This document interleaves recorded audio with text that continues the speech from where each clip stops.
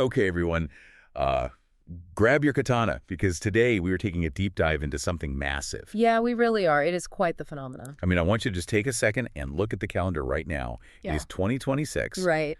And usually, by the time a movie is a year old, it is just buried deep in a streaming catalog somewhere, gathering digital dust. That is the standard life cycle of the cinema these days, yes. You watch it, you meme it, you move on. Exactly. The theatrical window is notoriously brutal.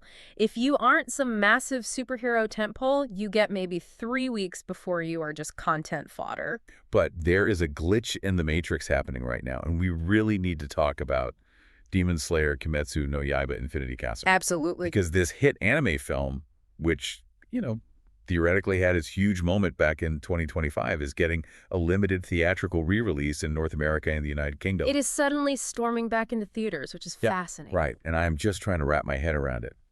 Which brings us to our mission for this deep dive. Because we are not just going to read you some showtimes today, though, definitely grab a pen, because we will get to those. We will definitely get to the logistics. But what we are really doing is unpacking exactly how this film is being presented, because there are some wild new formats involved. Yeah, the formats are the real story here. We are also going to look at the creative force behind the movie and really dig into why this specific film shattered records in 2025. It is a significant cultural moment for anime cinema, frankly. Oh, I am just so excited for the visual feast of it all. The animation is just unbelievable. It really is a visual feast, but I think framing this re-release as just a chance to see pretty animation again is almost doing it a disservice. Okay, how so? Well, when you look at the sources we have on this event, specifically regarding the technological upgrades in the viewing experience, they aren't just putting the movie back on the screen. Right. They are fundamentally changing the physical experience of how you watch the animation. Okay, well, before we get to the fancy projection tech and all the immersive upgrades, can we just clarify the actual logistics of this return? Of course. Because I saw the headline mention a limited run, and honestly, my brain immediately went into panic mode. Limited usually means good luck getting a ticket. It is designed to create a sense of urgency for the listener, definitely. But in this case, the window is genuinely tight. So if you want to see Tanjiro and Nezuko on the big screen, what dates are we circling here? If you are in the United States or Canada, the release starts on March 6th. March 6th, okay. And for the United Kingdom, it drops on March 7th. March 6th and 7th. That is coming up incredibly fast. It is, and the limited nature of it turns the screening into a real event. You aren't just going to the movies, you are attending a specific moment. That makes total sense. But here's the other thing that always comes up with these anime releases. Language options. Exactly. Yeah. You have the hardcore fans who only want the original Japanese audio, and then you have viewers who just want to watch the action without having to read the bottom of the screen. Right, the whole sub versus dub debate.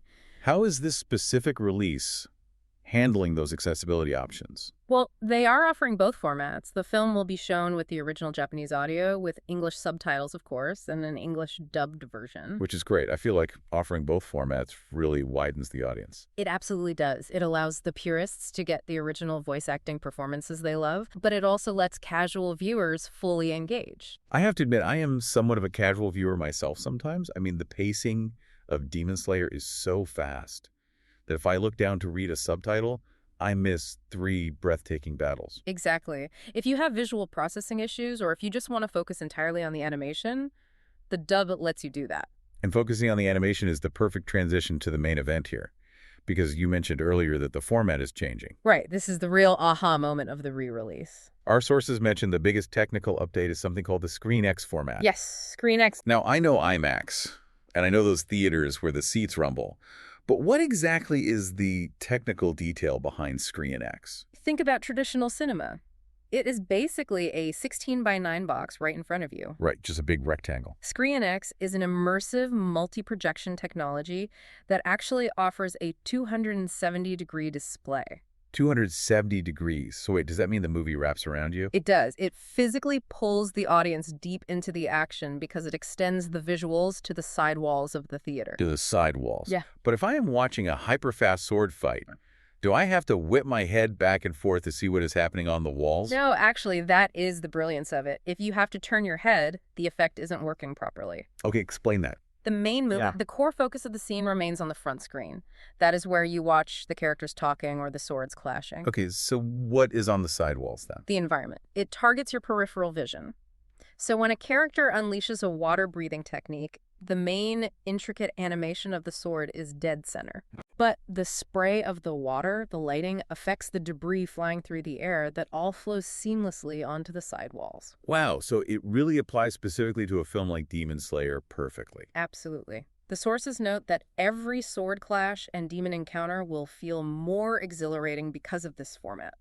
And it's the first time this specific film has ever been showcased in this panoramic format, right? Correct. Even if you saw Infinity Castle during its original run in 2025, you watched it in a standard box. So this fundamentally changes how you experience it. It really changes the viewer's relationship with the animation entirely. It makes it less of a traditional movie and much more of a surrounding experience. You stop watching the castle and you feel like you are standing inside the castle. Exactly. Your peripheral vision registers the motion and light, and it tricks your brain into feeling immersed in that space. That is just so cool. But obviously all the fancy projection technology in the world doesn't matter if the movie itself doesn't look incredible. Which brings us to the creative powerhouse behind the magic. Because the studio producing this ufotable layer, they have a massive reputation. Ufotable is legendary at this point for their extremely high-quality production values. Under the direction of Haruo Sotozaki, right? Yes, Sotozaki is the director, but the real secret weapon for why the visuals pop so hard in this panoramic format is the chief animation director and character designer, Akira Matsushima. Akira Matsushima.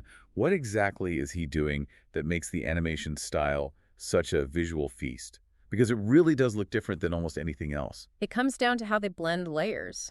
Ufotable uses these very dynamic moving 3D CGI backgrounds. Like the spinning rooms of the Infinity Castle itself. Exactly. And then they place 2D hand-drawn characters on top of those 3D environments. Which usually looks kind of jarring in other anime, right? Like a flat sticker on a 3D box. Right. But Matsushima uses very distinct, bold line weights for the character designs. It grounds the 2D art and anchors it into the 3D space so it feels incredibly cohesive. So the visual feast isn't just a buzzword. It is a highly technical achievement. It absolutely is. And we cannot talk about the immersive experience without talking about the score, because the music in this film is hauntingly beautiful. The audio landscape is just as important as the visual one. For that, you have to credit the composers Yuki Kajiura and Go Shina. They bring such a unique sound to the battles. It isn't just generic heavy metal or standard action music. No, they combine sweeping, epic orchestral sounds with these gothic, almost operatic choral vocals. The choirs.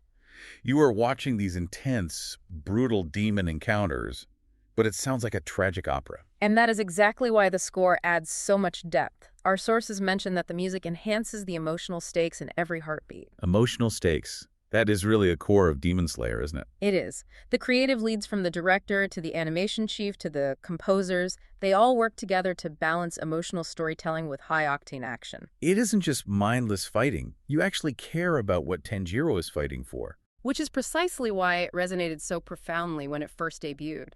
Let's talk about that debut and the context of its legacy, because the numbers it pulled in 2025 are just staggering. The timeline is important here. The film originally debuted in Japan on July 18, 2025. And it was an immediate blockbuster hit. Blockbuster almost feels like an understatement when you look at the record-breaking stats. Right. I saw the prep sheet, and I honestly had to do a double take. It earned the title of the highest-grossing anime film globally. Globally, in the entire world. Yes. And on top of that, its domestic success in Japan was historic. It secured the position as the second highest-grossing film in Japan's history. The second highest-grossing film in all of Japan's history. That means it beat out decades of massive live-action movies and legendary animated classics. It absolutely shattered expectations. What does that level of success actually mean for the franchise moving forward? Well, as the sources highlight, these stats prove the film has solidified its status in the anime pantheon. The anime pantheon, I love that phrasing. It means it isn't just a popular trend anymore. It has permanently resonated with fans worldwide and established itself as a cornerstone of modern animation. Which explains why theaters are willing to invest in bringing it back in a premium format like SCREENX. Precisely. You don't take a risk on a new immersive format unless you have a guaranteed massive audience ready to show up. But I have to play devil's advocate for a second. Oh. What if you are listening to this and you just can't make it to the theater on March 6th or 7th? It is a limited run, so a lot of people might miss that theatrical window. Or maybe you don't live near a theater equipped with SCREENX technology. What are the options for the home viewer? The industry is very aware of that, which is why there are strong streaming alternatives. Okay, so where do people go if they want to catch up or just watch it from their couch? Crunchyroll is really the streaming hub for all of this. So if you log on to Crunchyroll, what exactly is available right now? You can find the original Demon Slayer anime series, the earlier Mugen Train film, and the latest episodes of the Hashira training arc. So basically everything you need to be completely caught up. Everything is there. And just like the theatrical release, these are all available in both subbed and dubbed formats. Yeah, so you still get the accessibility, and you still get the incredible story and the hauntingly beautiful music. You do. You just don't get the 270-degree walls wrapping around you. Right. You miss out on the debris flying past your peripheral vision. It is the trade-off of convenience versus the theatrical event. Exactly. Well, let's recap this huge opportunity for you all listening. You have a chance to see a completely record-breaking film in a brand new 270-degree format. Or you can simply use it as an excuse to relive the nostalgia with your friends at the theater. Because honestly, whether you are a longtime fan of Tanjiro and Nezuko, or you are a complete newcomer who just wants to see some wild animation, this is guaranteed to be a captivating experience. It really is a milestone for how anime can be presented on the big screen. And actually, that brings me to a final provocative thought I want to leave you all with today. Oh, what is it? We have been talking so much about this SCREENX technology and pulling the audience deep into the action. Right, the immersive multi-projection. With the introduction of formats like this to anime, are we seeing a permanent shift in cinema? A shift in what way? Are we entering an era where the actual environment of the theater becomes just as important as the animation itself? That is a fascinating question. Like, is this 270-degree surrounding experience the future standard for how we are meant to experience cinematic brilliance? Or will the traditional 16:9 box always be the gold standard? It certainly blurs the line between watching a movie and being inside a themed experience. Definitely something for you to mull over the next time you're sitting in the dark waiting for a movie to start. Absolutely. Grab your ticket for March 6th or 7th if you can. Thanks for joining us on this deep dive, and we will catch you next time. Take care, everyone.